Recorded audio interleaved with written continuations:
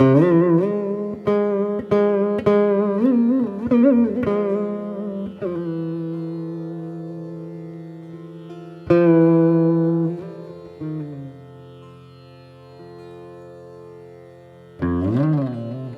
time I had darshan of Gurudev was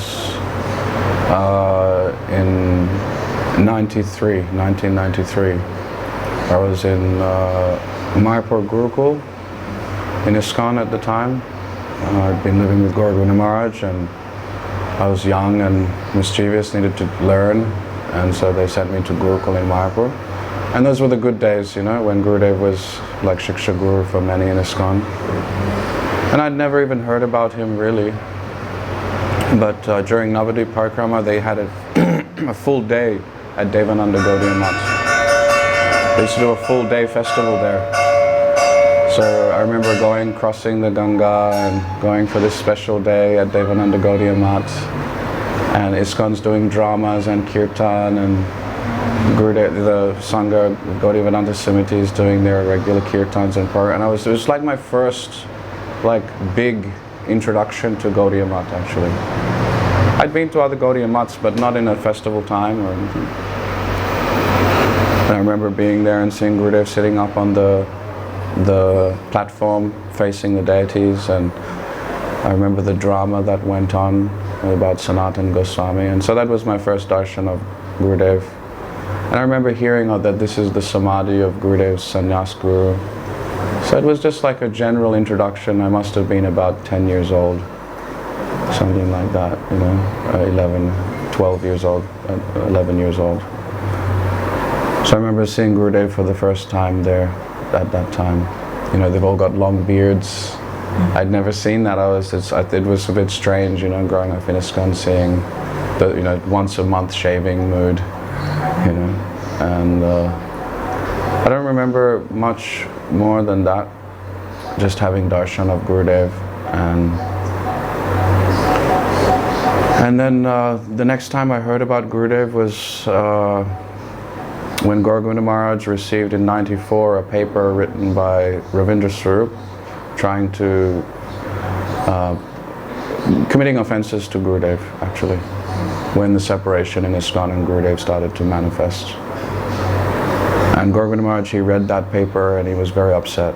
He said that to everyone, he said, they're committing great Vaishnava aparadh, and this will be a great offense for the society. And it was from that time that also Gurudev Maharaj was very disturbed with the society in general. From '94 onward, he was very disturbed. He actually stopped giving initiation and a whole list of things. But I heard from that time that Srila Narayan Maharaj is pure devotee. Gurudev Maharaj is saying he's pure devotee. He said one time, he said like, in the dream, you can think that you're queen, you're this, you're that, but this is just a dream. And now I came, and this is time you have to wake up. So this is like speciality of Mahabhagavata Guru. When they coming, they actually wake up all jiva from this dream, because many lifetime we have so many dreams, and we have so many like our relatives, this and that. And Gurudev, he's coming, he broke these dreams, and he said, stop, wake up, and try to see the reality. So when I was studying university, my sister was going to one festival. This festival was in Volgograd, and she was coming there, and she was calling from these festivals, and she was so much impressed. Like, she said me, oh my God, I never imagined in my life that such a personality can present in this world. She was so much shocked. And because I have some little connection with her, I immediately feel how much Gurudev he also come into my life. This is like Gurudev, he's explaining one book, Guru More Heavy Than Krishna. He said that don't think like, he's telling about Mahabhagavata Guru. He said, don't think that you're coming to Guru. Real Guru bringing you. to himself. Was very interesting, because really I never pray to get guru. I never was searching so much. I was like have a like normal life. I was studying this and that, but this is like things like really real guru. He's bringing you, and he's giving the spiritual test. Even you don't ask, but this is his causeless mercy, because his heart was like so much big, and like everyone can feel this, how he bringing everyone, even like people that don't have so much desire for this. So Srila Gurudev, he was preaching around the world, and he distributing this all jewels, nectarful Gurudev, like Harikatha and this and that. So we know that in Shastra said, like, Chakshudana Bila Jai, Janmi Prabhu say, Divya Gyan Hride Prakashita. So Gurudev, by his divine knowledge, he's open our eyes and giving some understanding about like Tattva Siddhanta, about our whole Guru Parampara. And actually, Gurudev many times telling to us, like, we are in forest fire, we're like burning and burning. And I was thinking, like, how we can burn, like, I don't understand what Gurudev telling about. So, but after some times, this understanding came, that it's really, like, sometimes Guru telling something we cannot understand now because we cannot appreciate his word. But after some times, for example, now this fire is going, whole world are like in forest fires, so much burning and burning, and nobody gives them knowledge. They don't know anything. They don't know why it's happened. Like another days I was asking, like, Prabhuji, here we have like prasadam every day, nice festival, we don't feel suffer, but other people so much suffer. Why? And he said, why? Because they never like taking prasadam, they never praying to the God, they never performing any bhajan. So that's why this suffering came. And how we are lucky that Gurudev, by his knowledge, knowledge is so much topmost, because it's just open eyes. And if suffering coming, at least we know why it's come and what is the reason behind. The first time I met Gurudev was back in 1996. That it'd been 2 or 3 months after Srila Gurudeva Maharaj had left, that I came to the temple, ISKCON temple, 84 Stanmore Road. It was the same temple I met Srila Gurudeva Maharaj. And Srila Narayana Maharaj, he came into the temple, and he gave class actually in the Patel's house, which is in Handsworth Wood. I was quite impressed there, but so I decided that I was going to go to India for Kartik. But in between that time and going for Kartik, there was many politics.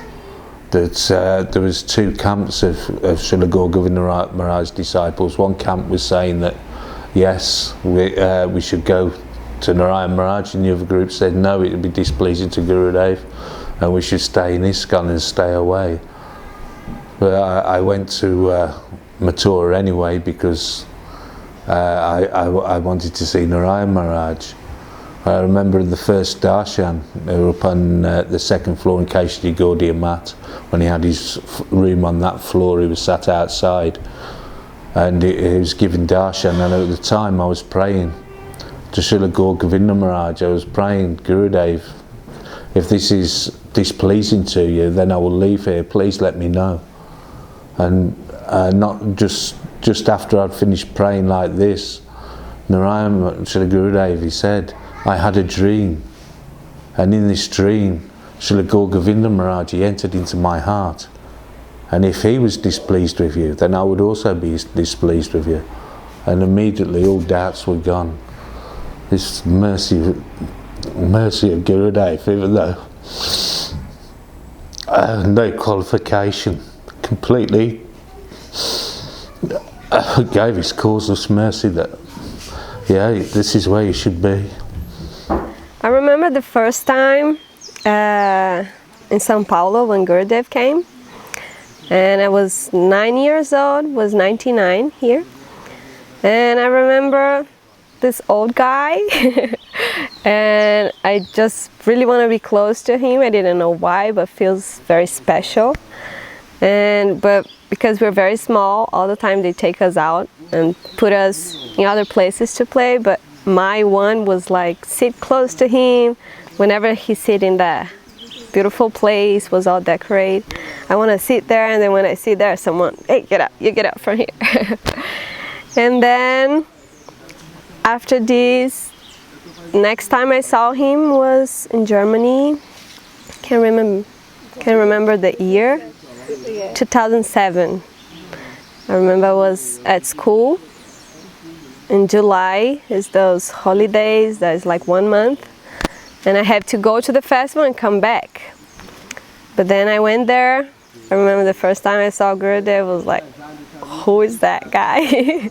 I just remember him passing and then he stopped and he looked at me and those blue beautiful eyes. And then I just remember start crying. I didn't know why I'm crying, but I didn't even care why I'm crying. It was for hours crying. The class already started and I kept crying and like, oh my God, what I'm gonna do? I can't leave anymore. I'm just gonna be with this guy everywhere. And then I remember all the meetings, you know, like he was going to give Diksha to Japanese people. I tried to get in there. In all the meetings, I tried to get in there. And then Madhav Maharaj is like, hey, you cannot be coming, you're not Japanese, you know. And then I'm like, just please, I'm gonna be very quiet, I'm not gonna make any noise. And then I guess I heard Diksha like 20 times. And every time I go there, he look at me, he's like, what are you doing here? I start laughing because I cannot answer. I didn't know what to answer. I just laugh and laugh and laugh. If not laughing, crying. It was always a mix of laughing and crying. And then after this, I couldn't come back to Brazil because I just want to keep following that beautiful guy. And from there I went to Ganga Maths, and then I stayed there for like 6 months. Then I went to India again to see Gurudev. And I remember he was always very kind and sweet with me, knowing my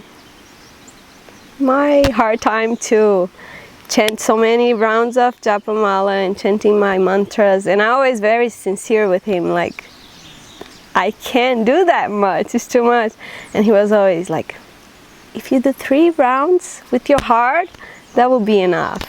And there I saw that he really see inside of my soul. He wasn't like, he knew that I couldn't go too hard, you know, it was more by feeling and being real. And that's the most beautiful message Gurudev passed me. Always be real, be yourself, and everything is right.